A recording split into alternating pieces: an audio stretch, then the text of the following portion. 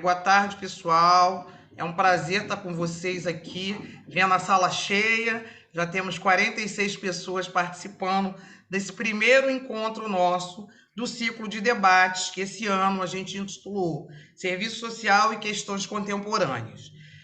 Nesse sentido, eu quero dar boas-vindas a todos, principalmente ao professor Emerson, que é nosso companheiro já de algum tempo, né? E dizer também que esse evento faz parte da agenda comemorativa dos 85 anos do Departamento de Serviço Social e os 50 do Programa de Pós-Graduação em Serviço Social da PUC-Rio. E que também esse encontro, esse ciclo de debates, né, que já está entrando no nosso calendário acadêmico, né, é o terceiro ano feito pelos 3 grupos de pesquisa, né, o GRIPS, que eu sou líder, o GESPED, que a professora Ariane é líder, e o TRAPOS, que a professora Márcia também faz parte do processo da coordenação com outras professoras. Então, assim, a gente consegue concentrar nesses encontros para além dos nossos alunos de pós-graduação, de mestrado e doutorado, alunos da graduação, alunos dos grupos de pesquisa e também pesquisadores, estudiosos, né, da matemática, companheiros do colegiado, do programa de pós-graduação, o que deixa a gente muito feliz, né, porque a gente consegue, mesmo nesse formato online, que a gente gostaria de já estar presencial, mas a gente consegue reunir pessoas queridas, ver as pessoas, né? E em breve acreditamos que poderemos estar juntos, presencial, corpo a corpo, face a face, para realmente acalorar muito mais o nosso debate. Mas, por exemplo, hoje a gente está trazendo o professor Emerson lá do Sul. Então, seria um pouco mais complicado, né, da gente trazê-lo em função de tudo que está acontecendo com os programas em termos de recurso e tudo mais. Mas eu tenho muita fé que a gente vai conseguir em breve resolver isso da melhor maneira.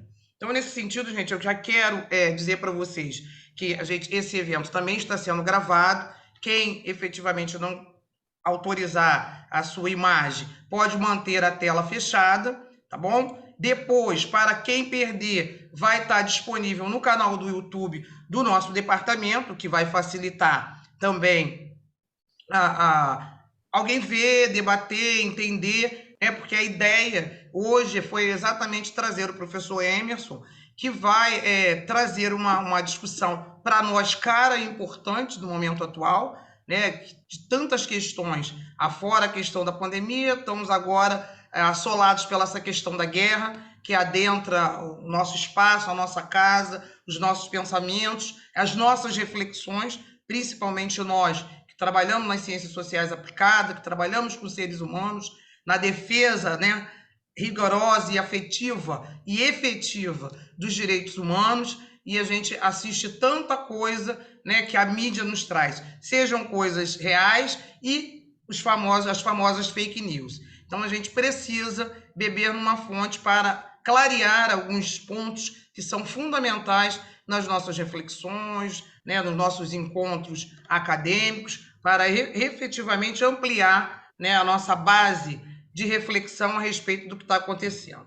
Então, nesse sentido, eu quero mais uma vez agradecer ao professor Emerson por ter aceito o nosso convite, né, e dizer que o professor Emerson é doutor em ciência política e mestre em desenvolvimento pela Universidade Federal do Rio Grande do Sul, graduado em filosofia e é professor e pesquisador do Programa de Pós-Graduação em Direito e Justiça Social da Universidade Federal do Rio Grande, a FURG, e dá aula no curso de graduação em Relações Internacionais.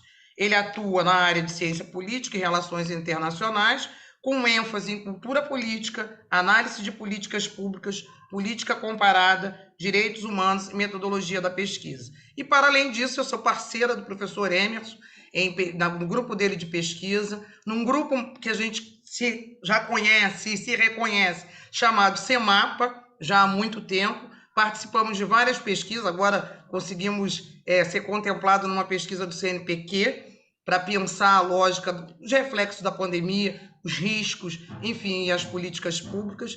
E é com muita alegria que eu vou passar a palavra para o professor Emerson, que eu tenho certeza que vai nos coroar com uma reflexão grande e enriquecedora nessa nossa tarde. Professor, o senhor tem aí 40, 50 minutos para fazer a sua fala, depois a gente vai abrir para o debate. Eu peço às pessoas que continuem com seus microfones fechados para não interferir na fala do professor. Fique à vontade. Muito bem, então, boa tarde.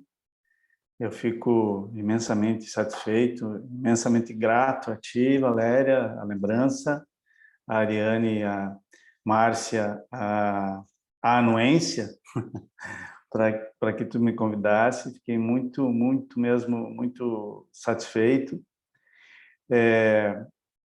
E também dizer que esse encontro, eu diria que a gente precisa atribuir as responsabilidades aos responsáveis, né? Muito dele é graças ao brilho do professor Fábio, né? Nosso colega da Universidade Federal do Rio Grande do Norte, né? Que é um exímio articulador e construtor de capital social, né? Então, graças a ele, nós nos conhecemos, conheci outras colegas e outros colegas do Rio de Janeiro, com os quais eu já fiz trabalho, já escrevi artigos. Então, é um grande privilégio, realmente, ter conseguido entrar nesse grupo do professor Fábio e confraternizar com as pessoas com quem ele se relaciona. Queria iniciar também parabenizando, né, a área de serviço social da PUC-Rio, né, pelo aniversário, né, tanto do departamento quanto da pós-graduação esse ano, né, que é completamente longevo, né, precursora dessa área, da área acadêmica dentro no país. Então, para mim é um grande privilégio estar aqui. Espero poder, espero que vocês não, até o final da minha fala, não se arrependam de ter feito o convite. Bom, sem mais delongas, então, eu passo para uma... Eu prefiro não chamar de uma conferência, né, de uma grande apresentação, é mais uma grande... Eu vou trazer aqui alguns elementos teóricos, né? Fiz, como eu estava dizendo fora do ar aqui, que eu sou um cumpridor de tarefas, né? Me encomendaram aqui uma perspectiva teórica do imperialismo, né? Uma discussão que circunde a teoria imperialista. Então, eu elaborei um roteiro aqui com 5 ou 6 pontos, né? O primeiro deles é falar um pouquinho sobre a teoria marxista e leninista no imperialismo. O segundo ponto, falar sobre a teoria da dependência, né, da Comissão Econômica para a América Latina, da CEPAL. O terceiro ponto, falar um pouco sobre as teorias de RI, teorias de relações internacionais. Um quarto ponto, falar sobre uma categoria que me parece essencial para compreender, para fazer uma conexão entre a teoria do imperialismo e a área de serviço social, que é a categoria de classe social, falar um pouquinho sobre isso, né, na perspectiva do Marx, do Lenin e do Bourdieu. E o quinto e sexto pontos, que serão mais rápidos, aí mais sobre a questão relacionada às políticas públicas, políticas sociais e diretamente o serviço social. Bom, então, eu inicio falando um pouquinho sobre a teoria do imperialismo, né? Teoria do imperialismo em Lenin, né? Lenin escreveu uma obra em 1916 chamado Imperialismo, Estágio Superior do Capitalismo, né? É uma obra escrita na iminência já da Primeira Guerra Mundial, onde o Lenin está fazendo uma discussão conjuntural, né? Uma discussão, inclusive, partidária, quase que partidária, porque ele fazia uma discussão com seus companheiros, Luxemburgo, Trotsky, e em oposição ao Kautsky, sobre as questões relacionadas ao imperialismo, ao desenvolvimento capitalista, né? E alguns elementos que são característicos dessa teoria do leninista sobre o imperialismo são importantes de a gente perceber quanto elas são, ao mesmo tempo que conjunturais, considerando a conjuntura da época, são atuais, considerando o que vivemos atualmente. Eu vou retomar alguns pontos específicos no final da minha apresentação, mas inicialmente quero falar sobre esses elementos com os quais o Lenin trabalha lá em 1916. A primeira questão que ele destaca, né, que diz respeito à conjuntura desse texto, que ele inclusive ele se desculpa dizendo que foi um folheto, um folhetim, é um texto curto de 160 páginas, e ele diz que foi um folheto, né? Ele define como um folheto, não como um texto consolidado, né? Mas o primeiro elemento importante é que ele afirma, né, que já em 1916, o capitalismo estava passando por um processo de monopolização do capital, processo de construção de monopólios, através do aumento da concentração de capital, né? E, ao mesmo tempo, todo esse processo de construção de monopólios tinha relações com os estados nacionais, enquanto instituições, institucionalmente, corroboravam, né, consideravam, avalizavam essa construção dos monopólios. Esse é um primeiro elemento importante, né? Que vai ser uma novidade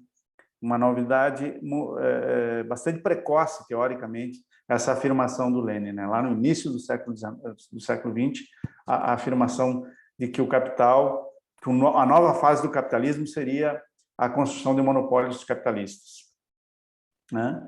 Então, ele vai dizer que esse processo gera conflitos imperialistas entre os estados imperialistas e vai ser pautado por um conceito elaborado originalmente pelo Trotsky, que é o de desenvolvimento desigual, que não haveria como todos os estados se desenvolverem da mesma forma, em função do que depois vai influenciar muito a CEPAL, que é essa construção de forma desigual do desenvolvimento, que não há como se fazer milagre no desenvolvimento capitalista.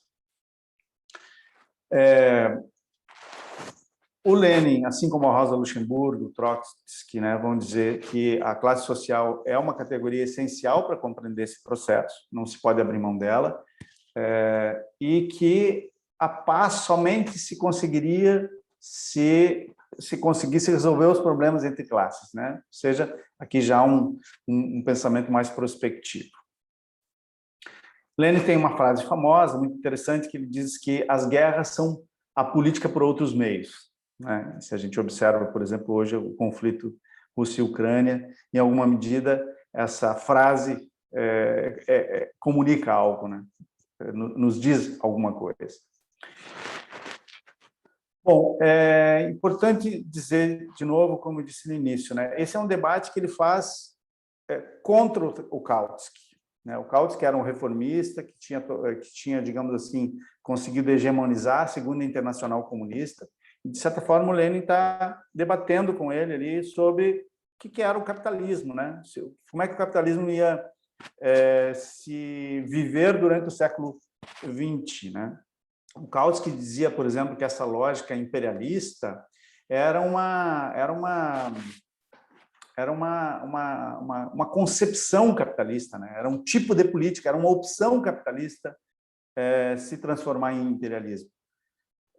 E o Lenin vai dizer que não, que o imperialismo era uma necessidade, né? Tanto que a obra dele chama-se A Nova Fase do Capitalismo, né? O imperialismo como a nova fase do capitalismo. Vou destacar aqui, para tentar fechar um pouco essa categoria de imperialismo e Lenin, as 5 principais características que o Lenin desenvolve nessa obra para definir o que ele chama de imperialismo. Então, a primeira característica, né, é a concentração do capital e da produção gerando monopólios. Já falei sobre isso. Ele vai dizer que inclusive ele vai fazer isso a partir de pesquisa empírica, analisando as informações censitárias, mostrando como vai haver um processo de crescente fusão de empresas e de concentração de capital, capital produtivo, mas não só produtivo. Depois nós vamos ter até uma questão conceitual, né? As traduções, inclusive, vamos nos remeter nos trair sobre um conceito que eu vou falar daqui a pouquinho. Então, esses monopólios vão se esgotar e vão precisar de o clássico termo, né? Novos mercados e novos espaços de produção de matéria-prima também, o que é clássico, né, do desenvolvimento capitalista. O segundo elemento, a segunda característica do imperialismo do século XX, por Lenin, é a fusão entre o capital bancário e o capital industrial, né? A criação do capital financeiro e da oligarquia financeira. E aqui ele vai mostrar, também estudando, né, como vai haver um processo de triangulação, né, onde muitas vezes as indústrias vão comprar capital acionário de bancos ou vão vender parte das suas ações para os bancos, que, por sua vez, vão começar a participar das gestões. Então, vai haver uma troca de gestores, né? O papel dos CEOs, né? Dos grandes gerentes, vão ser super importantes para mostrar esse cruzamento, né? Essa fusão do capital bancário e do capital industrial, que vai se dar, inclusive, através das relações pessoais, né? A construção a realização de casamentos mesmo, né? Entre herdeiros de grandes empresas bancárias, ou grandes empresas industriais. Ele cita exemplo dos Rockefeller, cita outros exemplos bem importantes também, né? E aí ele fala sobre a ideia da criação do capital financeiro. E aqui tem um elemento teórico importante, que há algumas traduções que vão falar em capital financeirizado. Mas é importante a gente ter claro que aqui há uma certa distinção que eu vou retomar depois. Tá? O terceiro elemento é a exportação de capitais, e aqui a exportação não só dos produtos, da produção propriamente dita, mas do capital financeiro, que vai buscar outros mercados, outros lugares para se reproduzir. O quarto é a formação das uniões internacionais monopolistas e de capitalistas, né, dividindo o mundo em associações com os seus estados. Aqui nós temos o exemplo claro do quarto e do quinto ponto, que é a conclusão da partilha mundial do globo, né, entre os países da grande potência, a Conferência de Berlim, né, no final do século XIX, que literalmente vai, em Berlim, na Alemanha, vai esquadrinhar como a África vai ser dividida, né? Como vai esquadrinhar, vai dividir a África, considerando eminentemente os interesses das grandes nações, das nações imperialistas, França, Alemanha, Bélgica,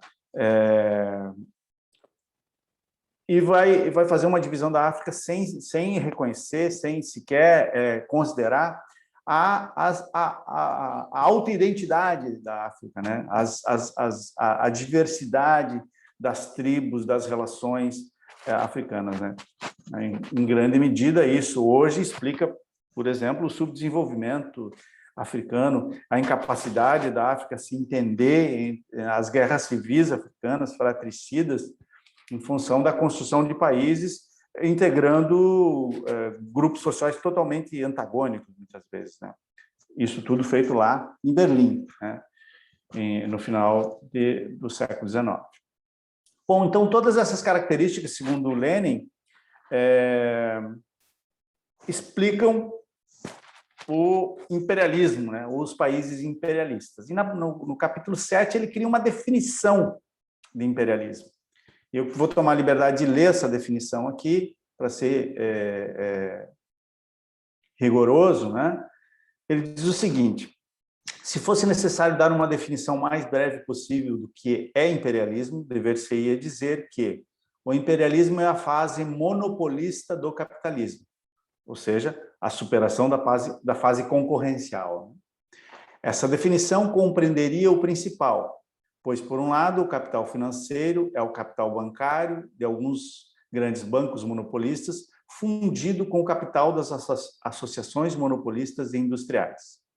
E, por outro lado, a partilha do mundo e a transição da política colonial que se estende sem obstáculos às regiões ainda não apropriadas por nenhuma potência capitalista para a política colonial de posse monopolista dos territórios do globo já inteiramente repartidos. Então, essa é a grande definição do Lenin de imperialismo. Tá?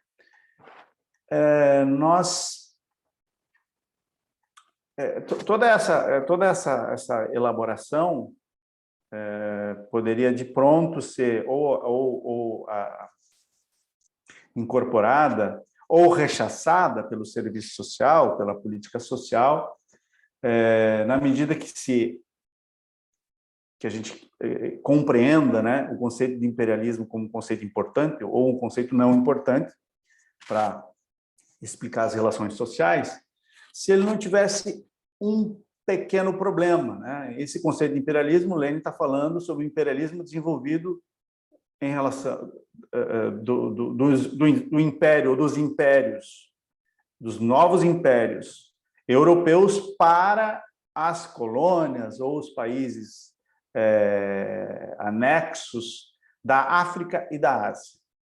Ou seja, Lenin não está falando aqui sobre a América Latina. Não está falando da América Latina. Então, essa é uma questão que eu quero retomar daqui a pouco com vocês. Ainda assim, para a gente falar em imperialismo, a gente tem que falar do seu reflexo, né? Nós estamos falando aqui do imperialismo como conceito do início do século XX, que é diferente do conceito do imperialismo do século XVI, né, que deu origem às grandes descobertas, que era um imperialismo basicamente mercantilista, que nós estamos falando de um imperialismo fortemente econômico, capitalista e financeiro e financiarizado.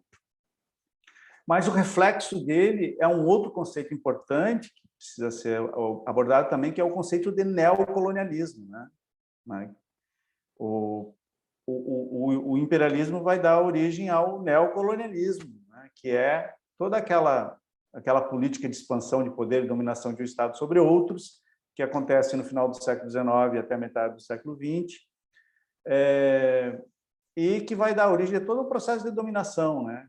Em função do desenvolvimento industrial, né, já observado pelo Lenin, do processo de desenvolvimento tecnológico, né, a revolução industrial, crescimento econômico, acumulação de riqueza.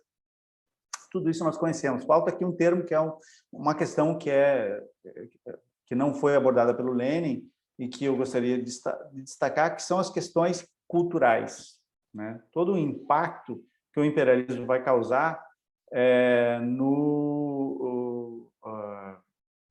nesses continentes, nesses outros continentes, né, África e Ásia particularmente, e eu quero estender isso para a América Latina, América e América Latina, que poderia ser resumido sob o conceito de etnocentrismo ou de racismo, né, ou darwinismo social, como quiséssemos, né, que é essa ideia da superioridade do europeu. Então, além dos grandes monopólios capitalistas, aliados e alinhados aos estados imperialistas europeus, terem os seus, além dos argumentos econômicos que eles têm, eles historicamente constroem argumentos culturais para fazerem aquilo que, segundo os neoliberais, é preciso ser feito, né? Que é a extensão dos seus tentáculos. E no início do século XIX, final do século XIX, início do século XX, a ideia do etnocentrismo ainda estava bastante presente, né? Essa mesma ideia foi a ideia que lá no século XVI legitimou a escravidão, legitimou todo esse processo de exclusão que a gente conhece bem, né? Bom, então, em alguma medida, essa é a ideia que eu queria trazer, a ideia do imperialismo segundo esse autor, né? Segundo essa teoria, digamos assim, que é fortemente ancorada num debate econômico, né? Tem um lastro, obviamente, da teoria marxista da economia, mas que o Lenin dá uma roupagem política, no sentido de mostrar como, utilizando esse marco econômico, essas organizações, esses monopólios alinhados aos seus estados, vão se expandir. E para aumentar o processo de desenvolvimento, aumentar as taxas de acumulação capitalista, necessitarão avançar para outros países. Isso não teria, isso seria relativamente tranquilo, né? No entanto, no nosso caso aqui, nós não vamos ter, na América Latina, né? No nosso caso, estou falando aqui América Latina e Brasil, nós não vamos ter essa teoria. O Lenin, por exemplo, não se preocupa com isso, não se preocupa com o desenvolvimento americano, né? Necessariamente não se preocupa com isso. O próprio Marx, né? Tem uma nota de rodapé sobre o Brasil em todo o Capital, né? Não se preocupa com o Brasil. O Brasil não era importante naquele momento, né? Mas nós vamos ter, sim, uma teoria importante que vai ser desenvolvida aqui, que, em alguma medida, vai se conectar com esse debate sobre o imperialismo do Lenin, que é a teoria da dependência, né? A teoria formulada pela Comissão Econômica da América Latina, a CEPAL, que é a teoria da dependência, né? Essa teoria que foi formulada pelo Teotônio dos Santos, Mauro Marini e o André Gunder Frank. Teotônio dos Santos e Mauro Marini eram brasileiros, trabalhavam em universidades brasileiras, né? Bom, a teoria da dependência, que foi formulada alguns anos depois, né, desse texto escrito pelo Lenin, né, na década de 50, salvo engano, ela vai sofrer influência, então, da teoria imperialista, vai sofrer influência da teoria do desenvolvimento desigual e combinado do Trotsky, vai sofrer influência da teoria do subdesenvolvimento do Paul Baran, e vai, então, crescer, no caso brasileiro e no caso latino-americano, dentro do debate, como fez também o Lenin, dentro do debate do Partido Comunista, né? Havia ali uma tese na América Latina e no Brasil, né? Muitos autores influenciados pelo marxismo, que diziam que o subdesenvolvimento brasileiro estava relacionado à sua origem, à sua não superação, a não superação do seu feudalismo, né? E a CEPAL vem exatamente para dizer que o Brasil não passou por nenhum tipo de feudalismo. E a lógica aqui era diferente, né? Uma lógica de subdesenvolvimento, que o desenvolvimento brasileiro não poderia passar de um subdesenvolvimento ou do desenvolvimento latino-americano em função das diferenças de trocas, né? Aqui também um debate fortemente econômico, não é propriamente a minha área, mas que há uma diferença, segundo a teoria da CEPAL, a teoria da dependência, né? Uma diferença dos termos de troca, né? Os países latino-americanos exportam produtos primários, importam produtos manufaturados, e essa diferença vai produzir a nossa subserviência, o nosso subdesenvolvimento. Qual é a receita para a superação disso? A necessidade da substituição das importações, um termo que também vocês conhecem bastante, né? Que foi a grande, digamos assim, a grande solução apresentada por essa teoria, né? Qual a conexão entre a teoria cepalina e a teoria imperialista, né? Ao mesmo tempo em que a teoria imperialista não se refere à América Latina, a teoria da dependência não pode ser pensada sem pensar nesses termos de troca desigual com os países centrais, que eram os países imperialistas, né? Embora a teoria cepalina não fosse uma teoria eminentemente econômica, nós podemos hoje, com tranquilidade, pensar que há uma conexão, sim, política, entre a teoria política do imperialismo e o que a gente poderia, digamos assim, ousar dizer que seria a teoria política cepalina, ou do subdesenvolvimento, da dependência cepalina.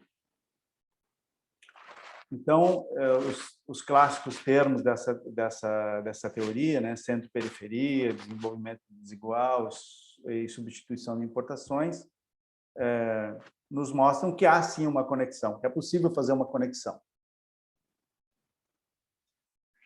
Bom, até aqui, então, eu espero que não tenha ficado tão confuso quanto parece que eu estou, quanto eu pareço, mas a ideia é mostrar um pouco como se configura essa teoria do imperialismo a nível mundial, como a gente poderia dizer que existe digamos, um reflexo dessa teoria imperialista na América Latina e no Brasil.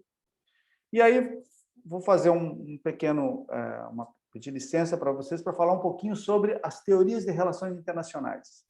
Bom, ok, nós estamos falando do imperialismo, estamos falando da teoria da dependência, mas o que dizem as teorias, como é que as teorias clássicas das relações internacionais podem nos ajudar a compreender esses processos, né? Nós temos várias teorias de relações internacionais, três, digamos assim, principais, que dão origem a várias outras, que são a teoria realista, liberal e a teoria construtivista. A teoria realista, baseada, né, no Maquiavel, uma teoria bastante pessimista, que afirma que as relações internacionais são fruto do egoísmo humano. O sistema internacional é feito por estados que estão em permanente luta por poder e influência.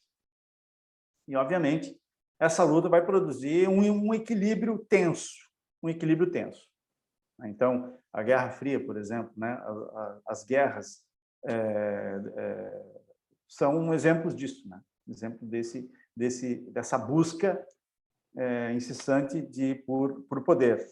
Em alguma medida, a teoria imperialista do Lenin é um tipo de ação, né? Dá origem a um tipo de ação que poderia ser interpretada como realista, à luz da teoria das relações internacionais. Uma outra teoria das relações internacionais é a teoria liberal, ou do liberalismo, né? Que afirma, né, que é otimista em relação às relações internacionais, que diz que acredita no potencial do indivíduo, no progresso humano, e é entusiasta, principalmente com a democracia, com o direito internacional, com o livre comércio, né? Para essa teoria, né, a paz e a prosperidade vão vir do advento da democracia, do direito internacional, do livre comércio, né? Essa teoria, de pronto, eu já digo que ela tem algumas fragilidades, né? E a primeira dela é que ela vem de um lugar, né? Ela vem de um lugar que vende esse discurso, né, de que o direito internacional, a democracia e o livre comércio é que vão produzir a paz e a prosperidade, né? Vem dos ventos do norte da América, né? Então, isso é importante percebermos. Essa teoria também afirma que os estados não são os atores principais das relações internacionais. O sistema internacional também é feito tem outras conexões, empresas, ONGs, grupos transnacionais, sociedades, indivíduos, também têm papéis importantes a desenvolver nessas relações. Por último, a terceira grande teoria que eu queria chamar a atenção é a teoria do construtivismo, né? Essa teoria afirma, então, né, que o mundo digamos assim, o principal elemento do planeta, né, das relações internacionais, não são nem os indivíduos e nem a disputa de poder, mas sim as identidades, as autoidentidades. Então, as questões culturais, históricas, os discursos, as narrativas são essenciais para se compreender como funciona o sistema internacional, né? Então, como essa teoria, por exemplo, nos ajuda a entender o impacto daquela frase do Joe Biden, quando foi entrevistado, o que ele achava do Putin, ele disse assim, é um criminoso internacional. Então, essa teoria ajuda a compreender o que uma frase como essa, o impacto que uma frase como essa tem no sistema internacional. Essas três teorias, eu trouxe essas três teorias para destacar algumas coisas, né, para vocês. Primeiro delas é falar um pouquinho sobre a questão dos conflitos, né? As relações internacionais é uma área que não aparece em tempos de paz. Embora ela só exista para tentar garantir, enquanto área acadêmica, para pensar em mecanismos de evitarmos a guerra, né? Mas nós estamos hoje num momento que já não estamos mais no auge discursivo da narrativa da guerra entre Rússia e Ucrânia. Vocês podem ver que, se vocês abrirem o G1, abrirem o CNN, a guerra entre Rússia e Ucrânia já não é a chamada mais forte, ou seja, não significa que o conflito diminuiu, né? Significa que ele já não tem mais importância. Então, em alguma medida, esse elemento da teoria construtivista, de que a narrativa influencia o sistema internacional, nos ajuda a compreender isso. Ou seja, não sei como está a guerra, se ela está pior ou melhor agora, mas a visibilidade sobre ela, indiscutivelmente, é menor. Outro elemento que eu queria chamar a atenção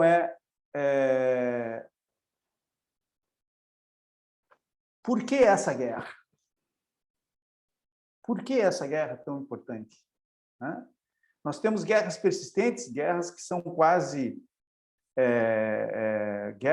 uma guerra não declarada, mas que vive em insistente estado de alerta, que é, por exemplo, o conflito entre Palestina e Israel, que existe desde que o Estado de Israel foi criado, né? O que aconteceu no Afeganistão recentemente, né? Que os Estados Unidos repetiram o que fizeram no Vietnã, ou seja, saíram praticamente corridos do Afeganistão. Kuwait, o Iraque, o Congo, Camarões, o Camarões teve uma guerra civil que produziu uma grande catástrofe, né? Milhões de mortos. Há notícias de milhões de mortos, né? O caso de Ruanda, a guerra entre Tutsis e Hutus. O mesmo Cuba. Por que eu destaco Cuba aqui? Imaginem vocês a Rússia instalando mísseis em Cuba. Como seria a reação? Como seria? Não, como foi, né? Na década de 70, nós tivemos quase uma guerra mundial, porque houve um ensaio de que a Rússia, que a União das Repúblicas Socialistas Soviéticas iria instalar uma base militar em Cuba. O que efetivamente era a negociação que estava estabelecida entre a Ucrânia e a OTAN, né? A Organização do Atlântico Norte, né? Que é essa organização criada na década de 40, capitaneada pelos Estados Unidos. Ou seja, se a gente olha o mapa das bases, as bases militares norte-americanas, o Estado russo e a Ucrânia estão cercados de bases, né? O que é bastante interessante de se observar. Então, percebe, não sei se vocês percebem, mas toda a discussão que eu fiz até aqui, mesmo Lenin, a CEPAL, não fala do elemento bélico, né? O imperialismo, o conceito de imperialismo não dialoga com a guerra, né? É a construção de um consenso não bélico. É um consenso não bélico. Ou seja, quando tudo isso falha, bom, entra em campo a guerra.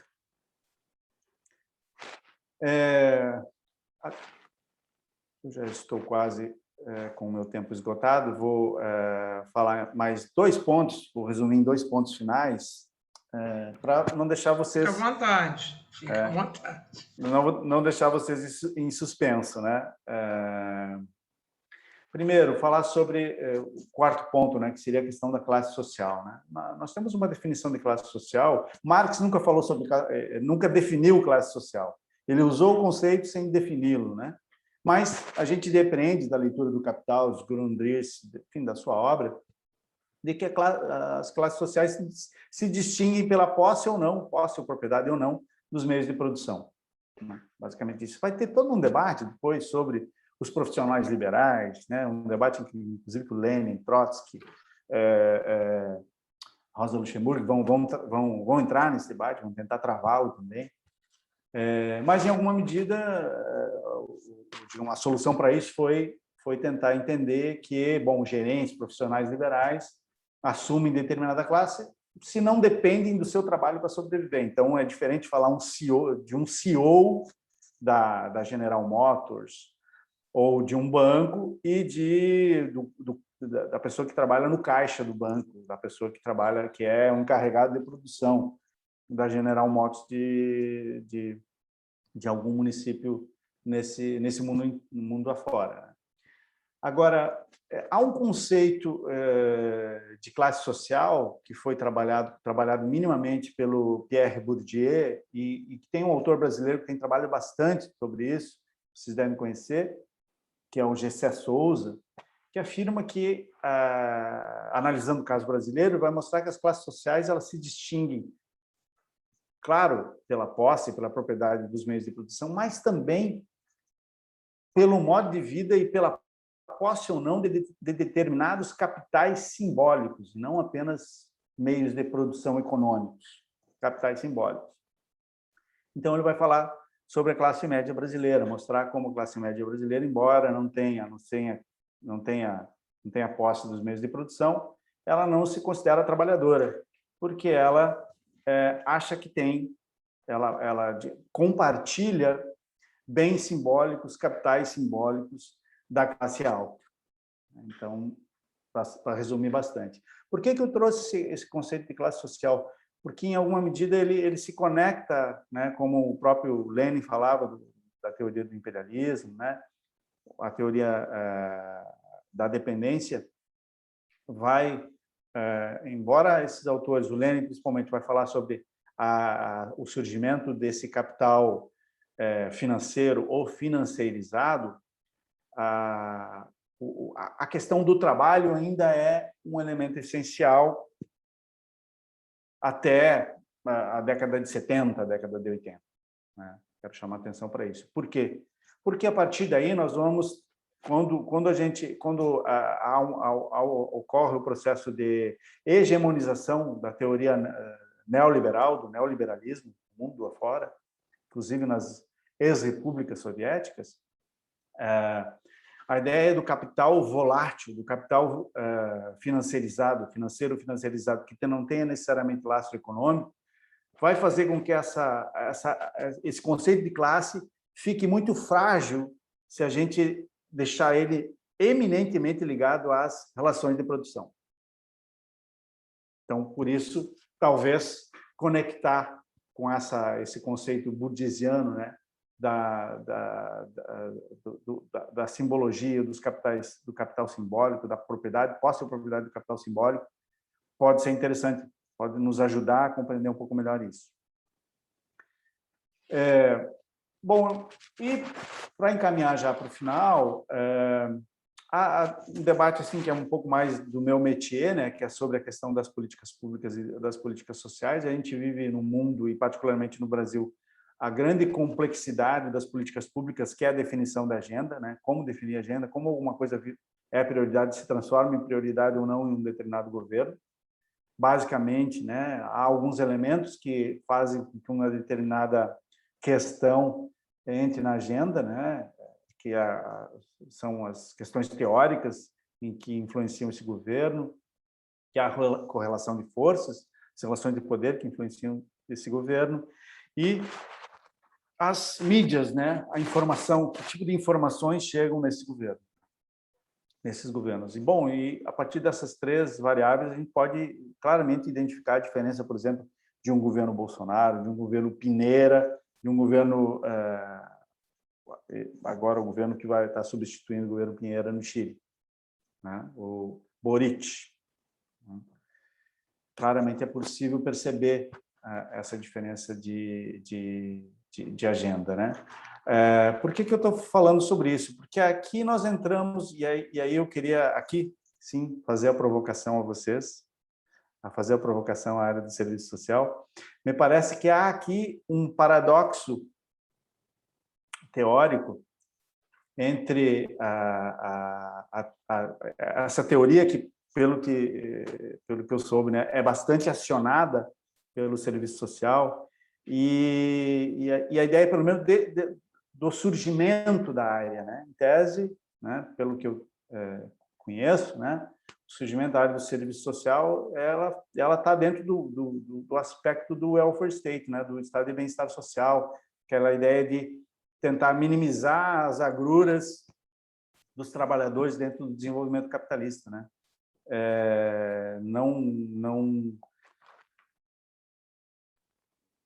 De tentar cuidar desses trabalhadores, né? Minimizar o seu sofrimento. E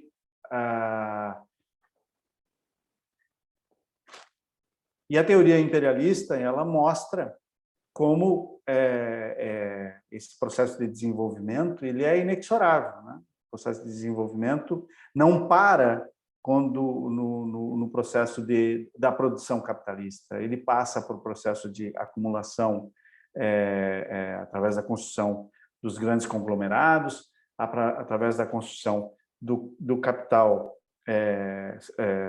financeiro e do capital financiarizado, e muitas vezes que vai muitas vezes inclusive produzir a desconexão entre o capitalismo, o desenvolvimento capitalista e as forças de produção, ou seja, vai haver uma desconexão entre o capitalismo e o trabalhador, né?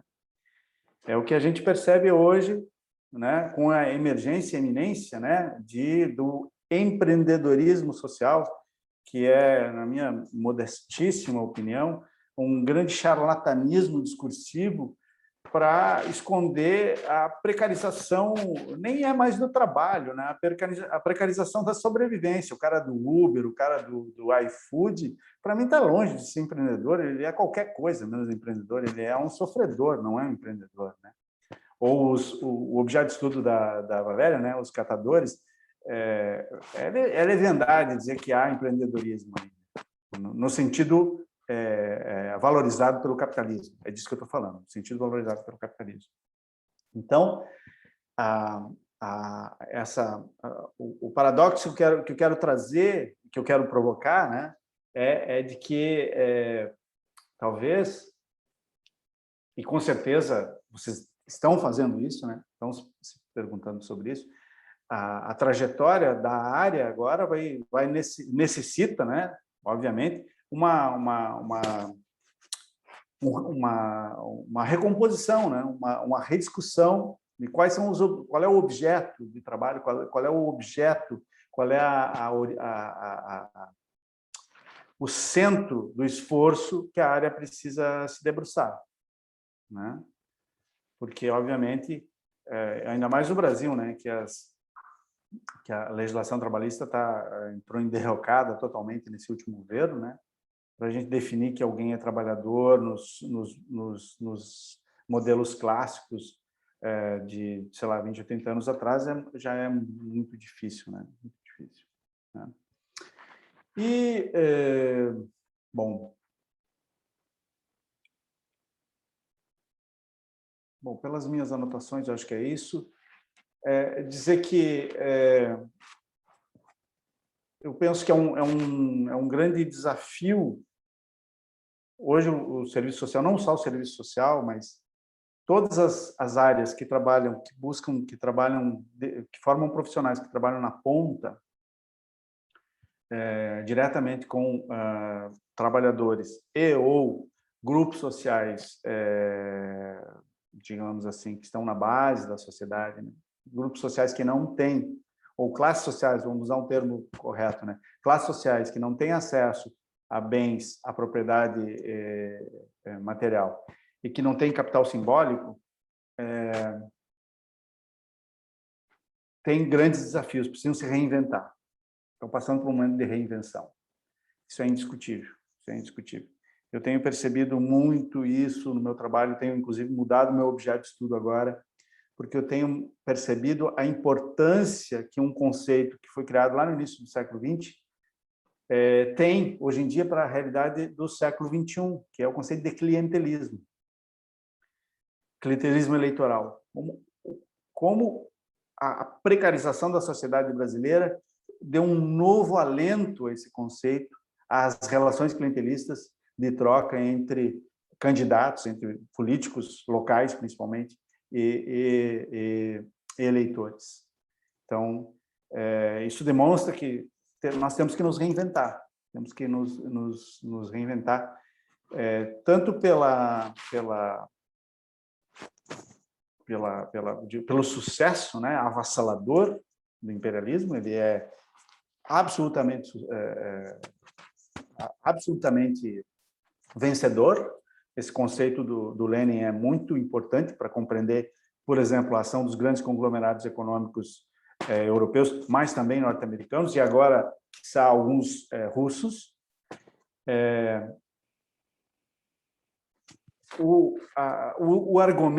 Os argumentos para se fazer essas ações internacionais, essas relações de buscar reconstruir relações coloniais que passavam no início pela busca de nova matéria-prima, depois pela busca do mercado. Hoje nós estamos num momento onde esse argumento colonial é o argumento da extensão da democracia. Nós estamos indo, né, o mundo ocidental, tentando levar a democracia para aqueles que não são democratas. Então, essa disputa de narrativas é muito importante para compreender esse momento. E percebam que essa disputa não é privilégio do Ocidente, né? Vocês podem perceber que o governo russo tem sido muito habilidoso, né? Porque eles não têm usado o termo guerra, eles têm usado o termo operação especial, operação militar especial. Por que será? Bom, é a disputa pela narrativa, a disputa pela construção da história. E com isso me despeço, me colocando à disposição para questões, agradecendo a gentileza do convite, agradecendo a paciência de terem me escutado, e espero que não tenha sido tão confuso quanto a impressão que eu tive na hora de falar. Obrigado. Nós aqui agradecemos, mas você não se despede, você fica por aí que tem muita coisa. Essas falas, ela traz uma série de elementos para a nossa reflexão.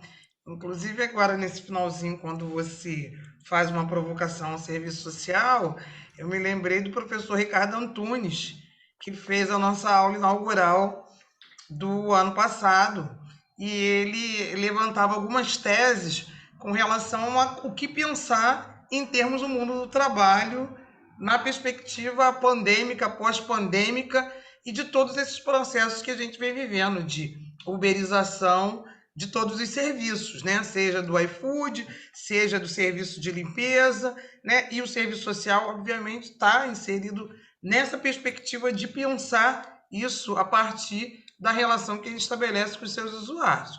Então, assim, eu acho que a galera está pensando aí, né? Está no forno, mas eu vou passar a bola para a Ariane, que disse que tinha alguns questionamentos para fazer na perspectiva do imperialismo, mas eu acho que teremos aí algumas questões para estar trocando ideia. Perfeito. Não, eu vou deixar o pessoal primeiro se pronunciar aí, porque, na verdade, é o diálogo mesmo, é pensar um pouco junto sobre essa questão, né? Só para poder... O Emerson sabe que eu trabalho com o tema dos refugiados, né? Aqui na cátedra, ele trabalha lá também.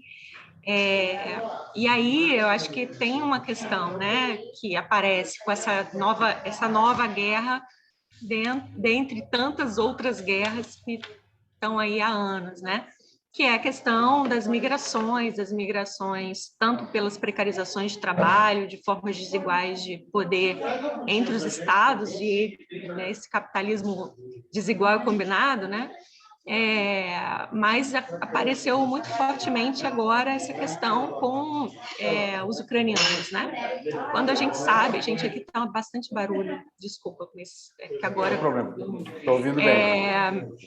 E aí a gente tem essa questão, né, com os refugiados, que na verdade é uma guerra que desde 2014, né, uma disputa ali pela Ucrânia, já tinha refugiados, inclusive russos, né, saindo do país, indo para a Rússia, inclusive, ucranianos indo para a Rússia e se naturalizando, inclusive, para fugir ali daquele conflito que já está posto desde 2014 e que só agora, né, que essas narrativas trazem, então, à tona. Então, eu queria, enfim, depois conversar mais um pouquinho sobre isso, mas eu vou deixar o pessoal fazer as perguntas aí, depois a gente aprofunda.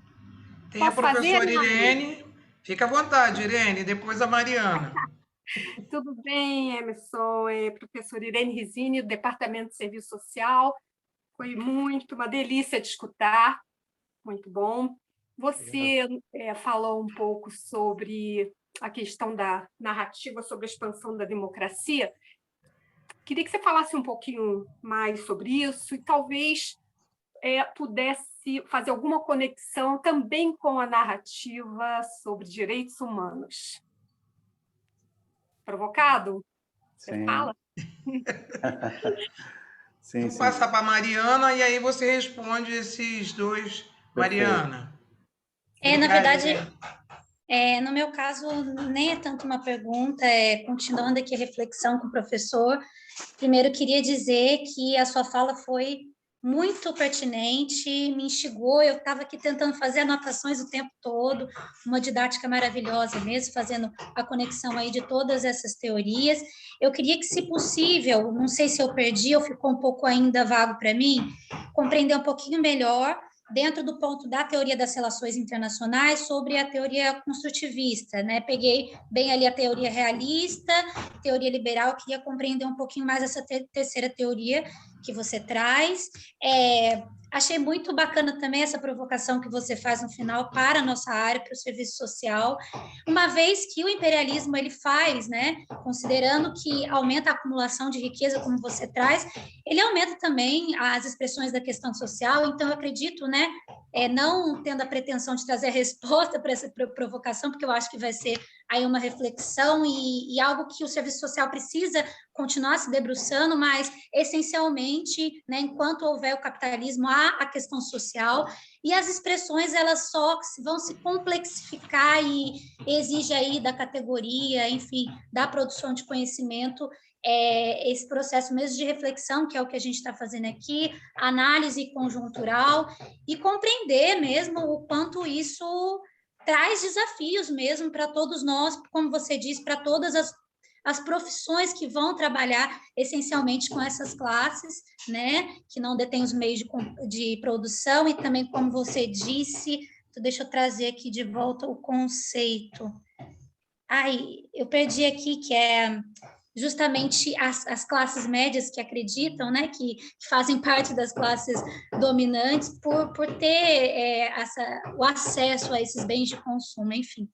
Mas é isso, professora, eu gostaria mesmo de agradecer e continuar ouvindo todos aqui, te ouvindo também, tá sendo muito boa essa reflexão. Obrigada.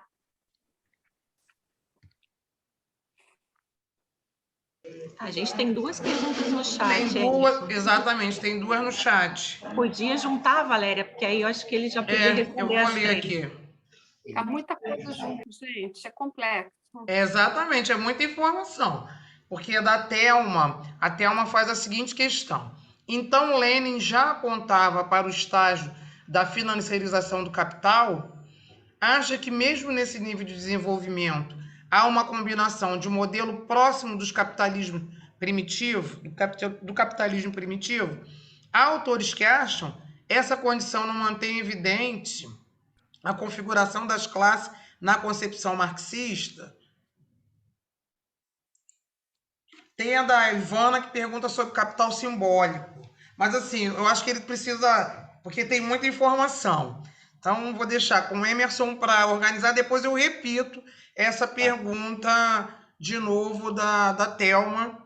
E Tá aí bem. ele pode Melhor. ir completando, ok? Tá bem. Eu sou... Como... eu esqueci de dizer no início também que para mim é uma satisfação estar falando para tantas mulheres, assim, né? É um privilégio, né? Eu me sinto muito honrado, porque... E é um desafio também, né? Porque eu sei que as mulheres têm uma capacidade enorme de fazer várias coisas ao mesmo tempo e eu não tenho nenhuma. Então, além de muitas outras, né? Eu sempre digo que o mundo é das mulheres, né? As mulheres têm que enfim, comandar esse mundo, porque o que nós fizemos não deu certo. Então, é preciso mudar por aí, começar a mudar por aí. Mas então, vamos lá. Falar um pouquinho sobre as duas questões que eu acho que estão conectadas, a da Ariane e da Irene.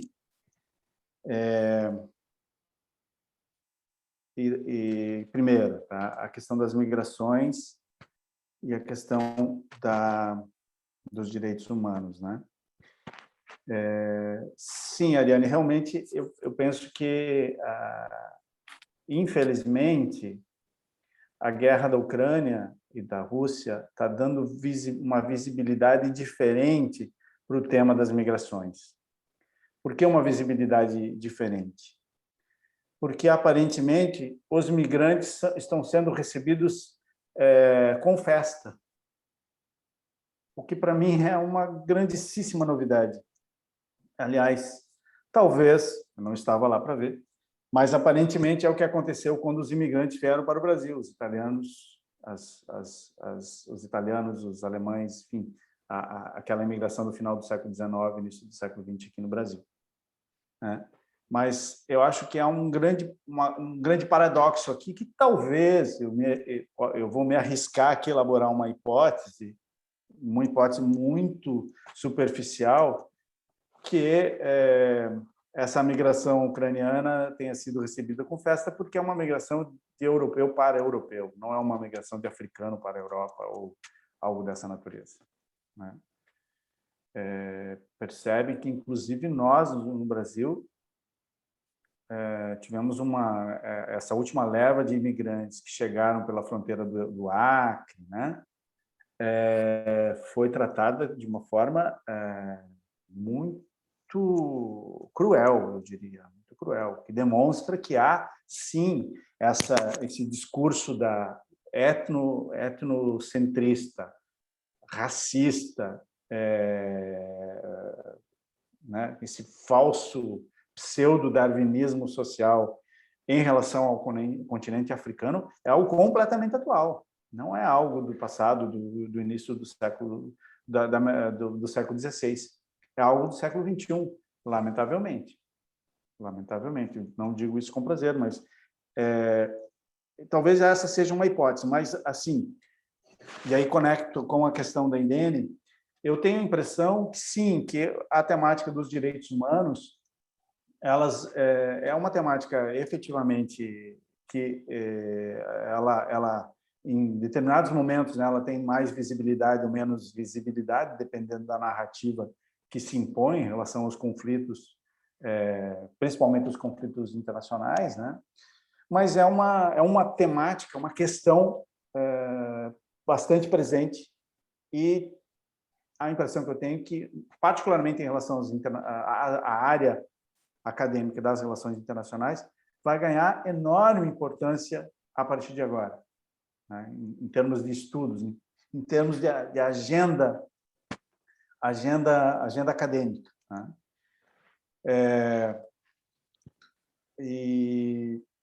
E obviamente, para outras áreas, como a área do serviço social, também é uma questão importante, porque mais do que não é só agenda acadêmica, é agenda de trabalho lá na ponta, né? Efetivamente também. Então, é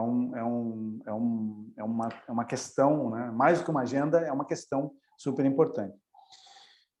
Sobre a observação que a Irene fez, né, sobre essa questão da narrativa da expansão democrática, né? Na verdade, essa narrativa da expansão da democracia, né? Vamos levar a democracia para o mundo não democrático, ela, em alguma medida, captou, né? Captou e sufocou o debate sobre direitos humanos, né? Captou e transformou aquele debate do etno-racial num debate, digamos assim, político-racial. Hoje em dia, os Estados Unidos não tem nenhum, né, não só os Estados Unidos, mas outros países não têm nenhum constrangimento em dizer que vão estabelecer um conflito para libertar um país dos seus ditadores, mesmo contra, né, a vontade de boa parte da população, né? Inclusive, é o caso que aconteceu na Ucrânia, né, em 2014. Né? Aconteceu exatamente isso, né? Tinha um agente que subsecretário de Estado norte-americano que estava participando de mobilizações sociais contra que deram origem à deposição do presidente eleito e à chamada de eleições que elegeu o atual presidente. Então, eu penso que o debate sobre os direitos humanos, ele, em alguma medida, ele entra empobrecido com um discurso democrático empobrecido. Há uma soma de dois debates empobrecidos que servem para essa narrativa do transbordamento democrático para países não democráticos. Por que um debate empobrecido? Porque estamos falando de desrespeito de culturas locais, estamos falando de desrespeito de sistemas políticos locais, basta ver o que acontece na África. Estamos falando de um conceito de democracia que é um conceito de democracia institucional, democracia minimalista, que diz respeito às instituições funcionando, tanto quanto as instituições brasileiras, né? Vejam, hoje ninguém se arrisca a dizer que nós não temos uma democracia no Brasil. Vivemos um país democrático, sim, vivemos um país democrático que tem um orçamento secreto. Pasmem, temos um orçamento secreto e nós ainda temos coragem, não somos permitidos de dizer que nós não vivemos em qualquer coisa que não seja uma democracia. Então, existe, o que eu quero dizer com isso, para não me confundir, né? Não me fazer entender. E existem vários conceitos de democracia, vários conceitos de direitos humanos. E dependendo da forma que nós utilizemos esses conceitos, eles podem ser efetivos, podem realmente libertar ou não, né? E, infelizmente, essa narrativa da expansão democrática, ela não tem sido feita no sentido da liberação, mas tem sido exatamente feito segundo o princípio, segundo o conceito imperialista do Lenin, ou seja, da expansão de novos, a expansão do mercado do capital financeiro financiarizado. Eu não sei se respondi a ti, Irene. Pode me abordar de novo depois, tá? A Mariana. Dá para partir daí. Mariana, então, a questão da teoria construtivista DRI, né? Essa teoria diz o seguinte, que o principal elemento para compreender o sistema internacional são as identidades, identidades locais, nacionais, grupais, regionais. Então, para compreender o funcionamento, né, os acordos e os conflitos, é preciso olhar para essas identidades. Então,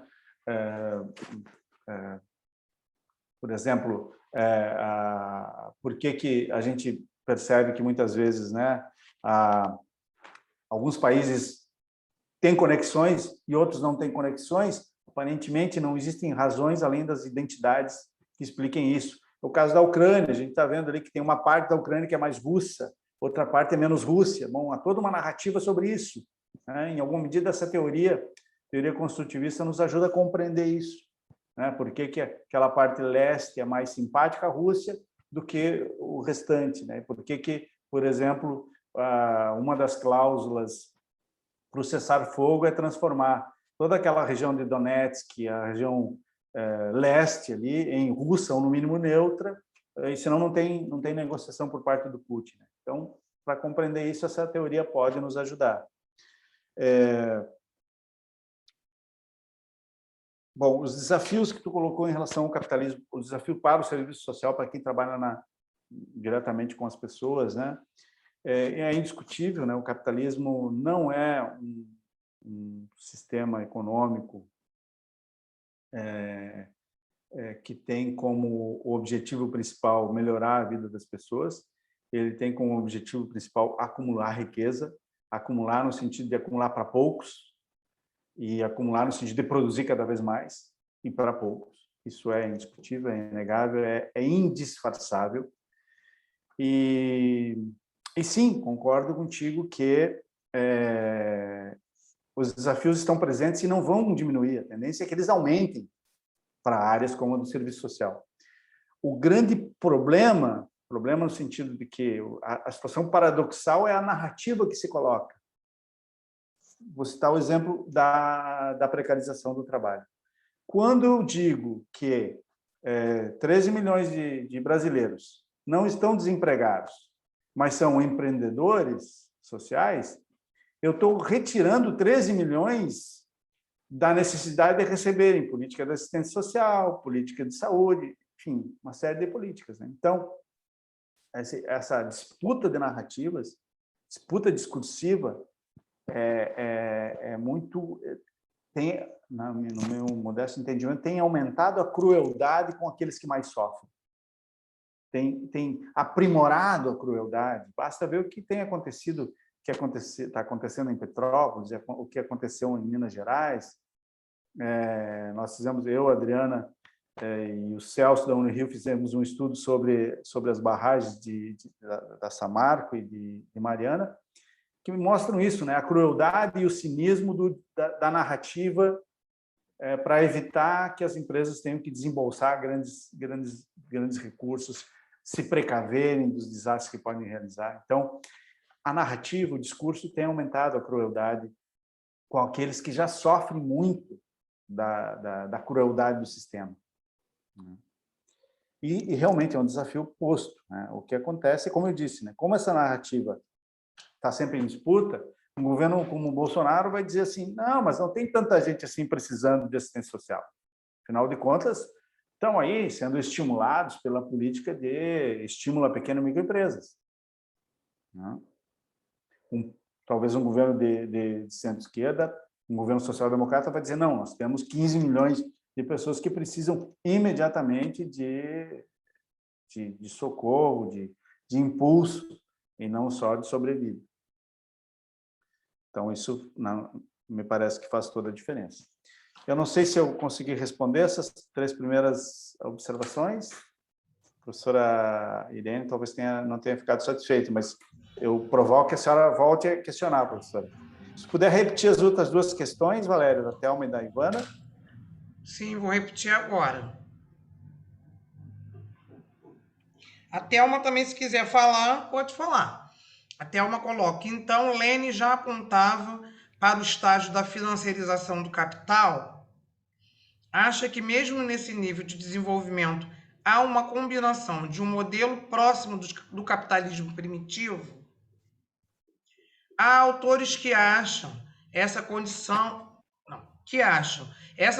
não mantém evidente a configuração das classes na concepção marxista. Uma pergunta. Ela faz 3 perguntas dentro do mesmo argumento. Okay. E a Ivana vai falar, eu gostaria de ouvir mais sobre o capital simbólico e como ele se aplica na realidade brasileira. Perfeito. E a Irene está aí, se ela quiser retomar, fica à vontade. Perfeito. Então, Thelma, obrigado pela pergunta. Aliás, obrigado, Ariane, Irene, Mariana, e Thelma e Ivana também. Sim, o Lenin usa esse termo, né? A construção de monopólios e a construção de um capital financeiro, né? Vejo isso em 1916. E esse processo vai se agudizar fortemente no final na década de 70, né, com os grandes choques de petróleo, 73 e 78, e depois com o advento do neoliberalismo.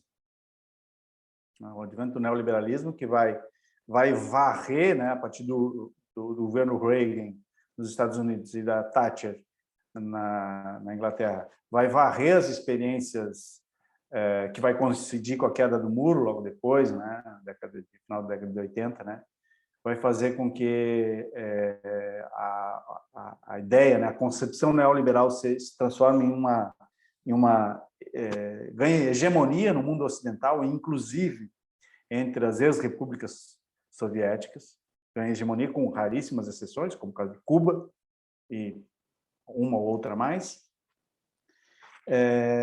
que vem exatamente com a ideia de aumentar, aquecer a economia, diminuir o comprometimento dos estados, aumentar o crescimento econômico, diminuir a força dos sindicatos, diminuir a necessidade de políticas sociais e e aumentar o crescimento econômico. Contudo, a única coisa que essa teoria não consegue fazer é aumentar o crescimento econômico. Por quê? Porque o capital deixa de ser produtivo e passa a ser financeiro e financeirizado. Ou seja, Lenin antecipou isso em 70 anos, essa ideia de que, do capital volátil, né? Que hoje pousa no Brasil, amanhã levanta, sai da Petrobras e vai para uma empresa sueca, no terceiro dia sai dessa empresa sueca e vai para uma empresa argentina. Então, essa ideia de capital não produtivo, né? Capital especulativo, que se tornou avassalador. E essa é uma ideia, essa ideia não, né? Esse fenômeno que tem atormentado os economistas dos países, né? O grande exercício do Paulo Guedes, do cara que dos candidatos agora que já estão indicando seus ministros da economia, é o seguinte: que medidas nós vamos tomar para garantir que o capital financeiro venha para cá e fique aqui e se transforme em alguma coisa, não fique somente na especulação. O grande desafio dos ministros da economia, em função do processo de globalização, dessa liberalização das fronteiras e transição do capital, tem sido esse, né? E efetivamente isso é uma realidade posta. Em que medida isso se relaciona com o capitalismo primitivo? Isso varreu o capitalismo primitivo. Empresas que tinham qualquer resquício de capitalismo primitivo deixaram de existir, simplesmente. Hoje as empresas já nascem se conectando com o mercado financeiro mundial, né? Há uma startup hoje em dia tem o que busca uma startup? São conexões, né? Hoje ela funciona num fundo de garagem no interior de Santa Vitória e tem conexões com o Japão, com a Inglaterra, ou seja, circula pelo mundo.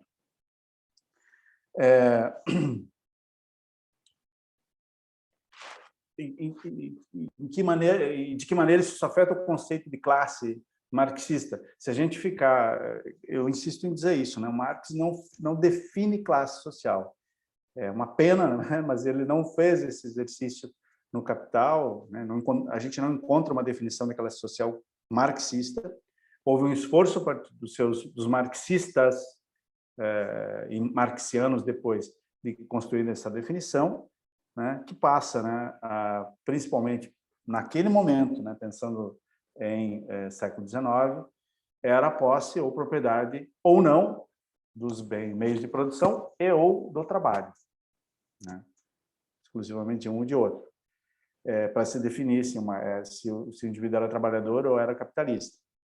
Obviamente, com o processo de globalização, aumento do imperialismo, né, do capital financeirizado, essa diáspora é muito mais diluída, muito menos definida, né? Se a gente pegar, por exemplo, a partir dessa definição, vamos pensar o seguinte: nós somos trabalhadores ou somos capitalistas, como professores universitários? O nosso dentista é trabalhador ou é capitalista? O nosso médico, trabalhador ou é capitalista? Ou seja, esse conceito, ele não... O empreendedor social que dirige uma bike e entrega iFood, é trabalhador ou é capitalista? Né? Então, esse é um conceito insuficiente. E aí entra, então, essa perspectiva do Bourdieu, do Gessé Souza, né, que procura mostrar que esse conceito pode também ser compreendido pela posse, né, ou propriedade de capitais simbólicos, né, de simbologias. Então, por exemplo, né, o meu dentista, ele pode ser trabalhador, fazer parte do trabalho, se considerar que ele não é dono dos meios de produção, ele trabalha num consultório, ele é trabalhador. Mas, de repente, ele é um bolsonarista, vota no Partido Novo, acredita no Estado mínimo. Bom, então, né, ele é um trabalhador, mas se comporta, faz parte de um outro grupo social, enquanto autoidentidade, enquanto identidade. Bom, e aí, seguindo nisso, né, falando sobre o capital simbólico da Ivana, esse autor é um autor muito interessante, tem um livro chamado Poder Simbólico, que é o Pierre Bourdieu, que ele fala exatamente sobre isso, né? Que ele cria esse conceito de capital simbólico, de poder simbólico, que se conecta com outros conceitos, que é, por exemplo, o conceito de campo político, o conceito para definir os campos das disputas de poder, né? E ele diz que nem sempre o capital que está em disputa, né? O capital mais evidente, obviamente, até o termo diz isso, o termo remonta a isso, né? Que é no lado da economia, né? Nós temos aqueles que têm capital e os que não têm capital. Aqui fica muito claro a noção de classe, né? O trabalhador ou o assalariado e o dono, né? O dono dos meios de produção. Mas em outros campos de relações de poder existem outros capitais em disputa. Por exemplo, no campo religioso, não está em disputa quem tem mais dinheiro, mas está em disputa quem tem mais seguidores, né? Quem tem mais crentes. Qual é a religião que tem mais crentes? Quem tem mais participantes? Essa é a disputa. No campo eleitoral, embora o capital econômico faça diferença, o que está em disputa é o capital político, que normalmente se transforma, se materializa em votos, né? Em número de votos. Então, quem tem mais votos está num polo dominante, quem tem menos votos está num polo dominado. Mas esses capitais podem ser transformados simbolicamente e aproveitados em outros campos. Por exemplo, no campo do esporte, né? No futebol, bom, no futebol, enfim, em qualquer esporte de alto rendimento, né? O número de votos não faz nenhuma importância, não tem nenhuma importância. A quantidade de dinheiro que o indivíduo tem não tem nenhuma importância. O que importa é a habilidade dele no esporte que ele está desenvolvendo. Mas ele pode aproveitar essa habilidade num determinado momento e transformar esse capital esportivo em capital simbólico num outro campo. Por exemplo, o Romário fez isso, né? Transformou o capital esportivo dele em capital eleitoral. Então, transformou esse capital simbolicamente em capital eleitoral. E tantos outros jogadores de futebol fizeram isso, e outros praticantes de outros esportes. Nós podemos fazer isso em relação à religião, né? Nós estamos vendo aí quantos pastores, quantas pessoas relacionadas à religião estão atuando no espaço político atualmente. Nós temos uma bancada, né, no Congresso Nacional, que é a bancada da Bíblia. Qual é a importância da Bíblia no Congresso Nacional? Nenhuma, institucionalmente, porque nós somos um Estado laico. E toda, simbolicamente, se nós considerarmos que a religião pode ser considerada um campo e quem tem muitos seguidores da religião pode simbolicamente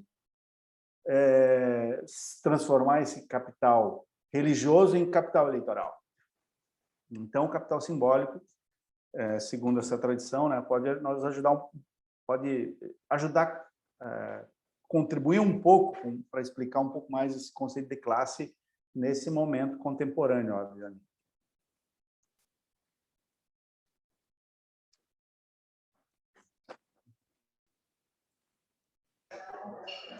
Posso... Ariane e Juliana. Tá. Não, eu só queria, na verdade, complementar um pouquinho o que o Emerson está falando sobre essa questão das classes, porque tem muitos alunos de graduação que provavelmente também ainda não chegaram lá, né? Assim, além dessa definição mais ortodoxa, né, de definir classes em quem tem a propriedade dos meios de produção e quem tem só a força de trabalho, né?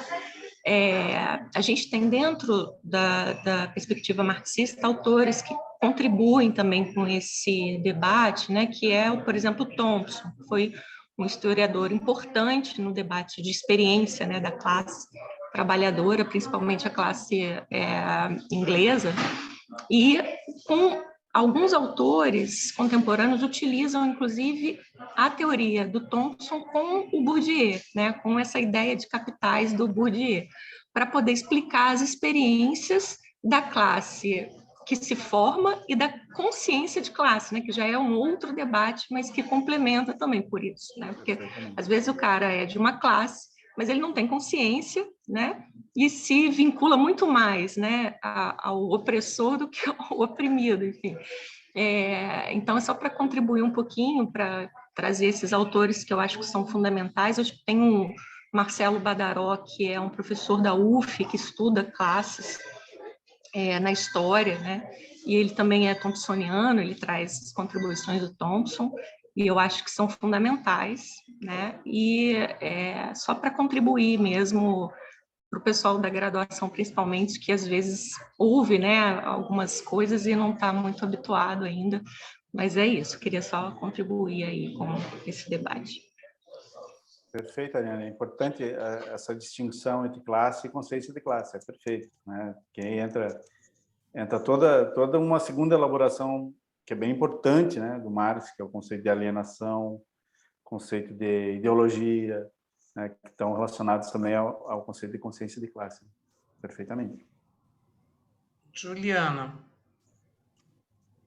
Então, boa tarde a todas e todos. Parabenizar aqui o Departamento de Serviço Social e o programa pelas suas comemorações, pelas suas atividades. Agradecer a presença do professor Emerson, achei que foi bastante rico os elementos que foram colocados aqui para a nossa reflexão. Eu confesso que eu até tentei fazer uma colocação no chat, mas fui me alongando tanto que achei mais fácil pedir para tentar formular aqui um pouco do que ecoou para mim dessa reflexão. E aí, um pouco no sentido do que foi colocado agora por Ariane, pensando classe, consciência, alienação, passando por outros elementos e ainda pensando na provocação do serviço que foi colocada para o serviço social, eu queria dizer assim, que eu concordo com o que foi colocado, que, em essência, o objeto do serviço social não se transforma na medida que a gente vai continuar tendo como objeto as expressões da questão social posta aí pelo modo de produção capitalista, e isso não para. O que parece é que a nossa situação muda no sentido da condição de trabalho que nos é colocada e a nossa instrumentalidade. Eu falo da condição de trabalho num primeiro plano, pensando a própria expropriação de direitos que a gente vive enquanto classe trabalhadora. Então, a gente também vai ficando muito confundido na medida que a gente tem que fazer intervenção, mas também muito demandante aí dos desafios que são colocados aí pela luta pela sobrevivência, porque pensando a questão do capital financeiro global, e até lembrando da discussão que já existe sobre financiarização das políticas públicas, do fundo público, né? Isso vai precarizando muito, aí eu falo da instrumentalidade do serviço social, tanto a perspectiva de direitos como um todo, como o próprio aí das políticas sociais, das políticas de proteção social aí de corte público principalmente, né? Então, você falou do clientelismo eleitoral, eu achei muito interessante, porque aí volta aquele fantasma do assistencialismo e o próprio uso político que pode ser feito com a nossa atividade profissional, com a nossa ação social, né? Porque cada vez mais focalizada, pontual, descaracterizada de políticas de assistência social construídas historicamente, então atendendo a outros interesses e muitas vezes envolvendo a nossa mão de obra. Né? Então, eu acho que essa condição de trabalho para a gente, os instrumentais vão se transformando muito. E aí o que fica me angustiando em termos de reflexão é que eu fico pensando, se a gente está cada vez mais, a gente avança no sentido de recursos analíticos, estamos tentando digerir aí aprendizados aí que são do início do século XX, né? Mas a gente avança em capacidade analítica, mas recua no sentido aí das nossas conquistas, e os desafios vão ficando cada vez mais aprofundados. E eu queria colocar assim, me perdi aqui um pouquinho na reflexão, por isso que eu estava dizendo, estava com dificuldade dessas conexões, mas o que fica para mim é o seguinte, se fica antiquado ou não pensar para poder recuar diante desse capital financeiro na força do Estado-nação, desse Estado social, porque o que a gente conhece em termos de organização de classe, para fazer uma correlação de forças que faça com que o Estado pense nessa classe trabalhadora, nesse povo brasileiro, digamos assim, né?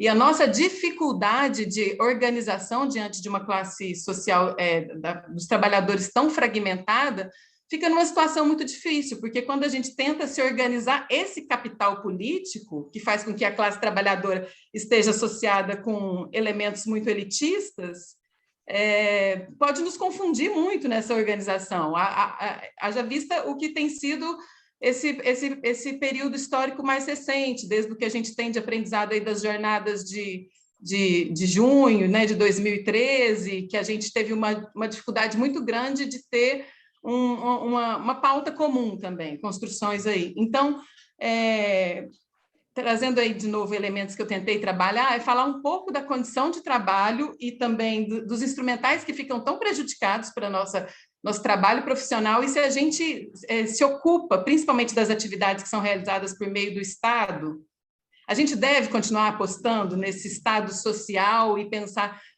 que esse Estado-nação mais fortalecido consegue fazer frente a esse capital financeiro global, mas é tão difícil se articular enquanto classe trabalhadora. Então, na verdade, eu estou aqui dividindo um pouco vários elementos que eu agreguei aqui a partir da sua análise, do capital simbólico, mas que traz, não sei, né, traz muita angústia aí e a necessidade de pensar alguns caminhos aí, algumas luzes. Desculpa se eu também me fiz pouco clara, né, se ficou um pouco confuso, mas... Não, tá ótimo. A Márcia está com a... Eu acho que a gente pode passar para a Márcia também, tá. E aí depois o Emerson responde. Mas só para ratificar o que a Juliana traz, é por isso, Juliana, que eu falei das teses do Ricardo Antunes, que ele vai falar de coisas, né, que serão necessárias a gente rever, inclusive a questão das protoformas do serviço social. Ele fala disso lá, né, as 3 teses para se chegar minimamente o que a gente enxerga hoje diante dessa barbárie. Então, assim, eu acho que o Emerson vai dar o caminho dele, mas eu tento recuperar nessa linha.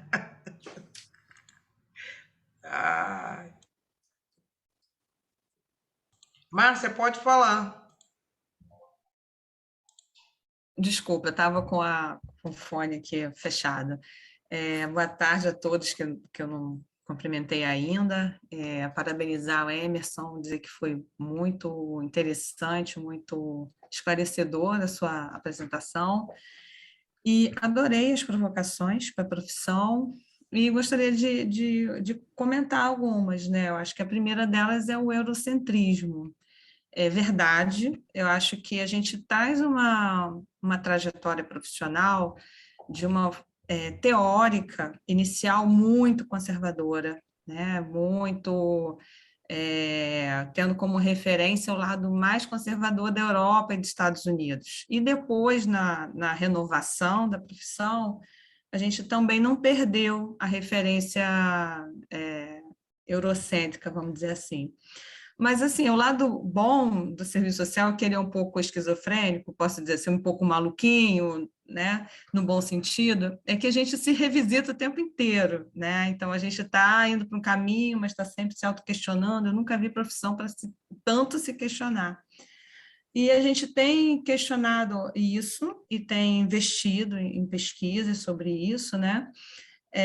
E buscando conhecer mais da realidade brasileira e situar melhor, né, essa particularidade brasileira com relação às conexões mais macro, né, que eu acho que isso tem sido um esforço nosso. Então, muitas vezes o aluno graduando, mestrando, doutorando, está falando do Brasil com erro teórico-metodológico, né, sem fazer as devidas mediações, tanto de Marx quanto do momento mais recente. Então, a gente tem batido muito nessa tecla, que é uma questão teórica e metodológica, né?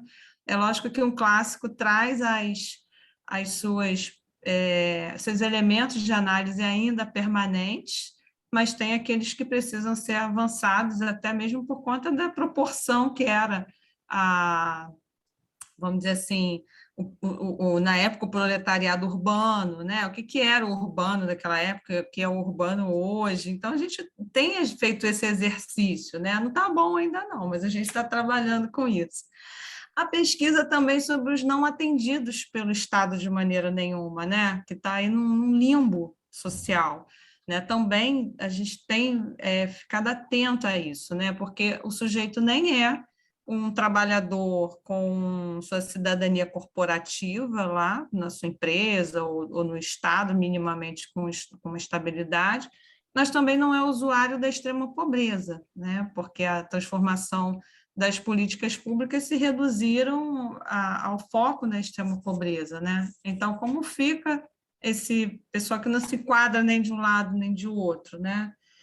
E é uma questão que acho que a Juliana, né, trouxe antes, que você falou assim, então vamos pensar o objeto do serviço social, né? Será que a gente vai atender aqueles, vamos dizer assim, as mazelas da contradição capital-trabalho no sentido clássico? Não, mudou, a classe mudou, fragmentou, mudou a forma de trabalho e tal, e como é que nós vamos atender essa população? E é mais que isso, né? Como nós nos enquadramos nessa divisão social e técnica do trabalho, sendo informal, trabalhando por serviço, né? Então, não vai precisar, hoje, você falou uma coisa muito interessante, que foi assim, um governo pode dizer não precisa do serviço social para isso.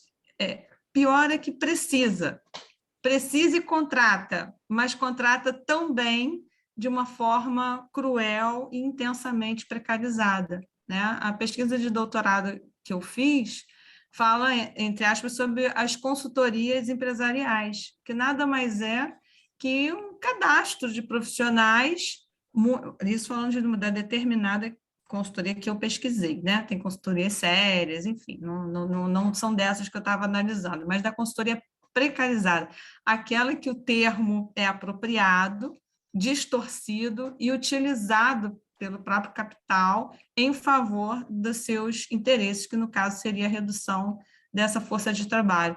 Então, acho que os nossos desafios são múltiplos e não só para o objeto, para o sujeito que a gente atende, mas também para a nossa condição já vivida nessa precarização intensa.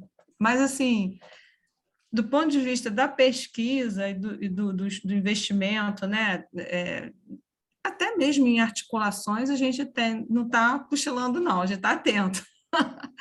Mas não tem assim uma resposta, e talvez não tenhamos um volume de elaboração teórica denso, como teve o Eurocéntrico, por exemplo, ainda, mas estamos caminhando.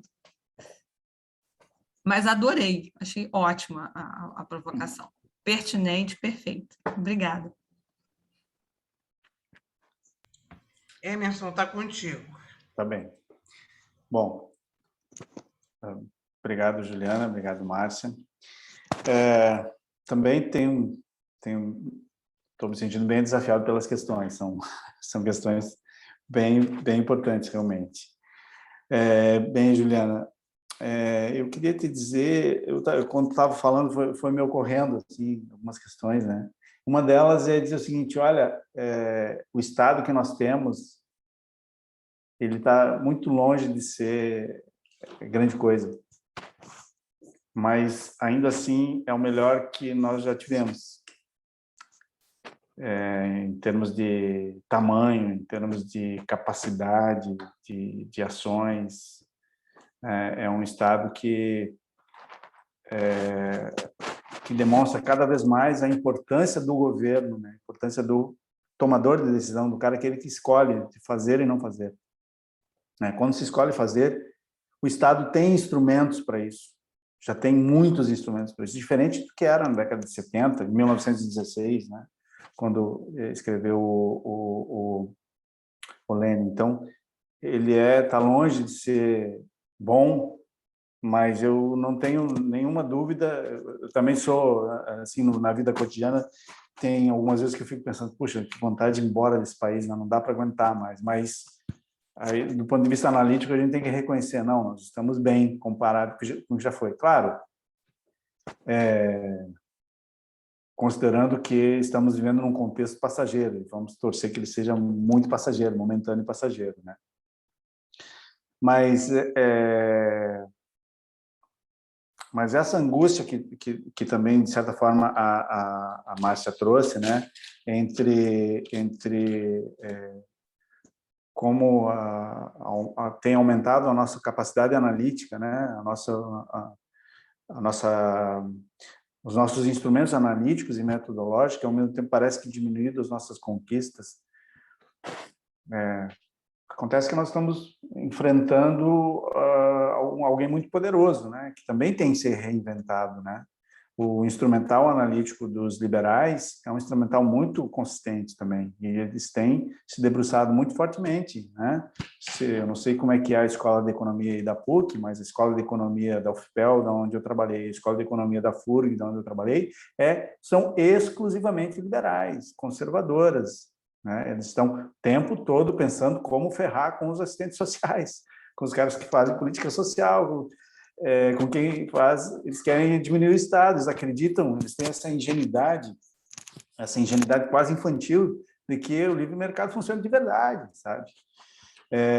E eles estão todo o tempo pensando nisso. Então, ao mesmo tempo que nós construímos e aprimoramos a nossa capacidade analítica, esses outros pensadores também o fazem, né? Então, sim, é um desafio bem importante. Agora, eu queria aproveitar as duas últimas questões, essas duas últimas, né, da Juliana e da Márcia, para dizer uma coisa. Talvez um dos desafios essenciais seja a gente fazer o combate discursivo.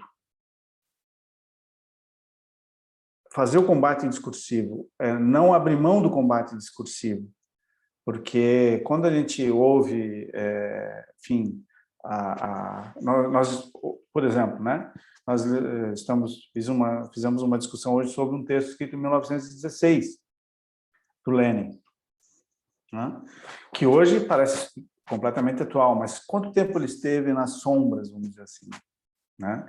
No entanto, vários outros textos ganharam muito mais proeminência, como o texto do Friedrich Hayek, né, O Caminho da Servidão, que deu origem ao neoliberalismo, que se tornou a grande hegemonia do Ocidente durante 20 anos. Né? Mas, bom, o Caminho da Servidão teve durante 30 anos subsumido também, como a Sociedade de Mont-Pelerin, que foi criada pelo Friedrich Hayek, com o Friedman da Universidade de Chicago, passaram durante 20 e 30 anos subsumidos, e em algum momento estavam com aquela teoria pronta, disputaram e foram vencedores discursivamente. Com isso, eu quero dizer que nós não podemos abrir mão da disputa discursiva, mais do que da disputa em todos os outros campos. Essa disputa também é essencial, é super importante. É importante dizer isso que vocês disseram agora, que eu acho essencial, é uma coisa que eu me pergunto, né? Me perguntava, bom, como é que é para um assistente social ter que fazer um atendimento estando numa situação de precariedade dele, da sua família, estando numa situação ou no mínimo de insegurança? Realmente é um paradoxo muito pouco fácil de ser conciliado. Eu tive a oportunidade de coordenar um projeto de pesquisa onde eu estudei os atingidos pelas barragens da bacia do Rio Uruguai, 5 grandes barragens. E eu tive a oportunidade de encontrar lá assistentes sociais contratados pelas empresas que construíram as barragens, que faziam o atendimento dos atingidos, cuja responsabilidade era, obviamente, cadastrar e atender essas pessoas, mas sutilmente passar a mensagem de que eles estavam recebendo o melhor que a empresa poderia dar e o melhor que eles podiam obter e iam ter o melhor que a vida podia aparecer. E não eram só assistentes sociais, tinham agrônomos, outros profissionais, vários profissionais de várias áreas. Mas com isso eu quero dizer, essa disputa discursiva ela é importante. Importante que a gente mantenha a universidade atenta para isso.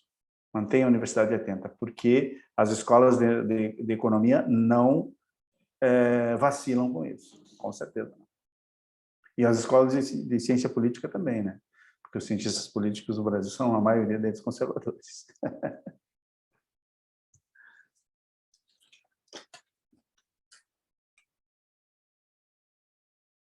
Acho que é isso.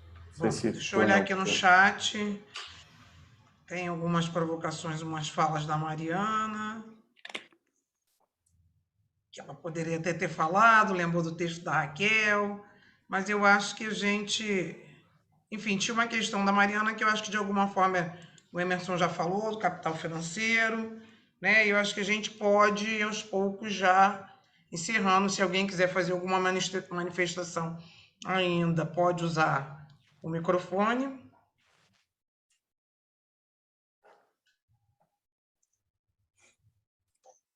Ariane, Márcia,